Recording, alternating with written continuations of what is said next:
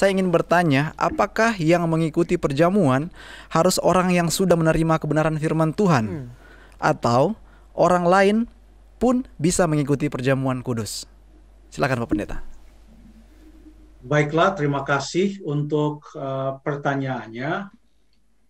Di dalam 1 Korintus pasal yang ke-11, ayat yang ke-24 dan ayat yang ke-25, menggambarkan tentang apa makna mengikuti perjamuan kudus.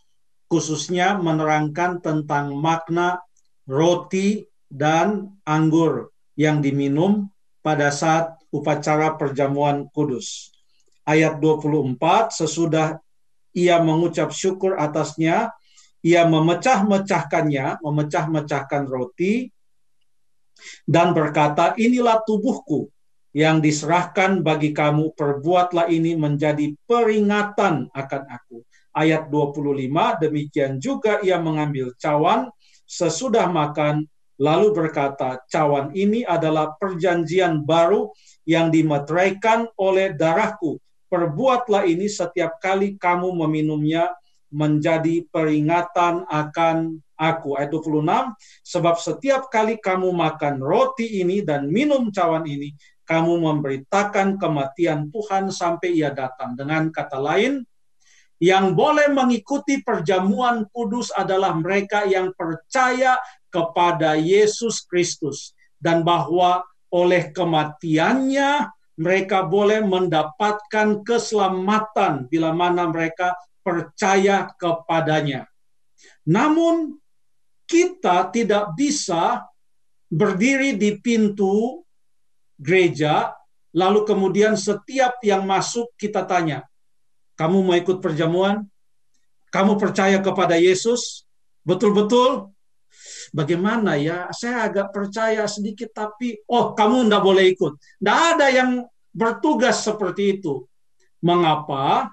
Oleh karena di dalam ayat yang ke-27 dan ayat yang ke-28 Alkitab berkata, bahkan sampai ayat yang ke-29, jadi barang siapa dengan cara yang tidak layak makan roti dan minum cawan Tuhan, ia berdosa terhadap tubuh dan darah Tuhan.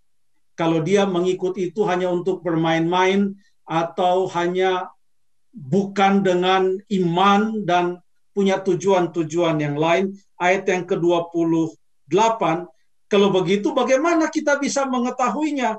Ayat 28, karena itu hendaklah tiap-tiap orang menguji dirinya sendiri, dan baru sesudah itu ia makan roti dan minum dari cawan itu. Jadi yang bisa menguji, mengevaluasi adalah diri kita masing-masing.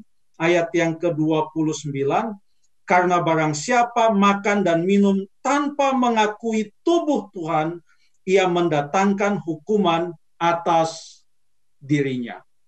Apa artinya makan dan minum dengan mengakui tubuh Tuhan dalam konteks makan roti perjamuan dan minum anggur perjamuan? Bahwa itu artinya mengakui bahwa keselamatan itu hanya datang dari Yesus Kristus dan dia percaya akan Yesus Kristus sebagai jalan keselamatan. Artinya biarlah dia yang mengambil keputusan mau ikut itu perjamuan atau tidak. Kita tidak bisa memaksa orang tersebut. Atau kita tidak bisa melarang kalau dia katakan, saya mau ikut, saya percaya. Ya. Sekalipun ia belum secara terbuka menyatakan dirinya sebagai orang Kristen atau pengikut Tuhan. Tapi kalau dia datang dan dia mau mengikutinya, maka kita tidak bisa melarang. Ya. Biarlah dia mengujinya. Lalu yang berikut adalah mengakui tubuh Tuhan. Ini kan 1 Korintus pasal yang ke-11. 1 Korintus pasal yang ke-12 berbicara juga mengenai tubuh Tuhan atau tubuh Kristus dalam arti sebagai satu gereja atau jemaat. Kita baca 1 Korintus 12 ayat yang ke-27. 1 Korintus 12 ayat yang ke-27. Kamu semua adalah tubuh Kristus dan kamu masing-masing adalah anggotanya. Sedang berbicara tentang jemaat. Ya. Jadi mengikuti perjamuan dengan mengakui tubuh Kristus atau tubuh Tuhan juga berarti mengakui jemaat Kristus atau gereja Kristus, dan bahwa kita mengikuti perjamuan Kristus, kita mengakui bahwa Kristus mempunyai sebuah gereja dan sebuah jemaat. Dan kalau saya percaya kepada Tuhan dan saya betul-betul mau menerima keselamatan itu, maka saya mau juga bergabung dengan tubuh Kristus itu walaupun belum saat itu. Jadi demikianlah beberapa keterangan tentang siapa yang boleh mengikuti upacara perjamuan kudus. Terima kasih.